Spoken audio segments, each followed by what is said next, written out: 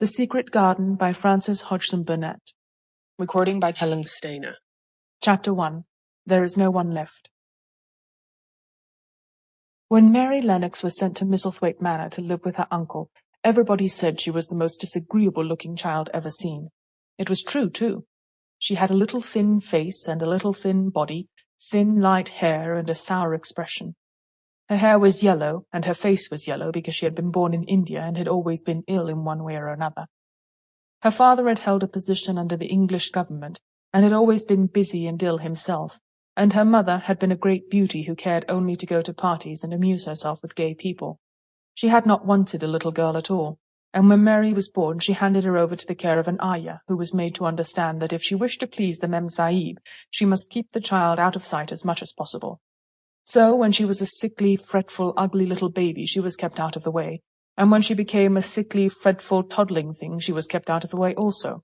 She never remembered seeing familiarly anything but the dark faces of her ayah and the other native servants, and as they always obeyed her and gave her her own way in everything, because the Mem Sahib would be angry if she was disturbed by her crying, by the time she was 6 years old, she was as tyrannical and selfish a little pig as ever lived. The young English governess who came to teach her to read and write disliked her so much that she gave up her place in 3 months, and when other governesses came to try to fill it, they always went away in a shorter time than the first one. So if Mary had not chosen to really want to know how to read books, she would never have learned her letters at all. One frightfully hot morning, when she was about 9 years old, she awakened feeling very cross, and she became crosser still when she saw that the servant who stood by her bedside was not her ayah. "Why did you come?" she said to the strange woman. "I will not let you stay. Send my ayah to me."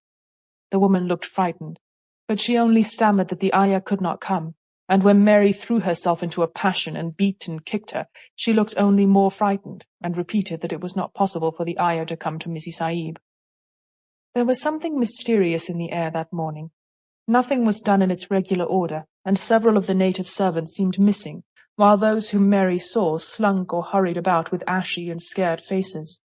But no one would tell her anything, and her ayah did not come.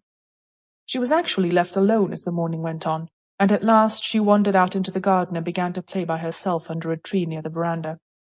She pretended that she was making a flower bed, and she stuck big scarlet hibiscus blossoms into little heaps of earth, all the time growing more and more angry, and muttering to herself the things she would say and the names she would call Saidi when she returned.